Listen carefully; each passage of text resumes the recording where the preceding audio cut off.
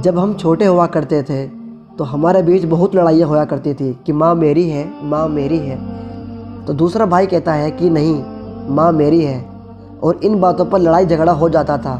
तो फिर वो आपस में कहते कि चलो माँ से ही पूछते हैं कि माँ किसकी है। तो वह दोनों माँ से यही बोलते, और माँ ये बात सुनकर उनके सिर पर हाथ रखकर दोनों को अपने गले लगाया और दोनों के माथे चूमकर मुस्कुराई और उनकी बातों को अनसुना कर दिया, क्योंकि उसे पता था कि एक दौर वक्त और भी आएगा। तो उन दोनों को वह हंसी में टाल देती थी। तो वो वक्त भी आया।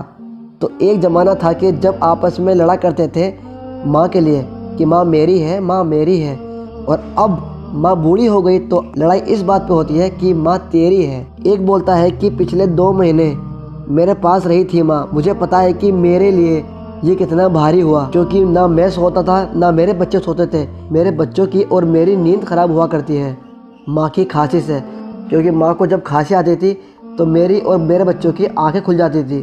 तो इसलिए मैं माँ को नहीं रख सकता।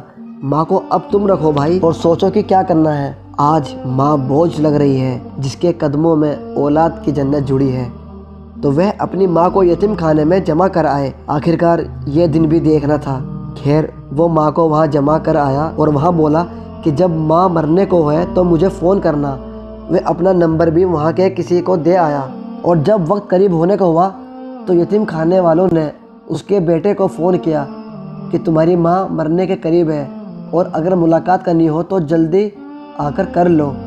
वो वहाँ पहुँचा और माँ के करीब आकर बोला कि माँ, कोई ख्वाहिश है तेरी तो मुझे बता, मैं उसे पूरी करूँगा। तो वह बेटे को देखते हुए बोली कि बेटा, यहाँ यतीम खाने में जहाँ तू मुझे जमा करके गया था, यहाँ के कुछ पंखे ख़राब हैं, तू इन पंखों को ठीक करवा दियो। तो ये सुनकर बेटा बोला कि माँ अब क्या फ़ायदा, तू यहाँ होती तो मैं इन्हें करवाता, और क्या फ़ायदा इन्हें सही करवा कर। तो तभी माँ बोलती है कि बेटा, ये मैं अपने लिए नहीं करवा रही हूँ, ये बेटा तेरे लिए बोल रही हूँ कि जब तेरा बेटा तुझे यहाँ छोड़ कर जाएगा तो तुझे कोई परेशानी ना हो।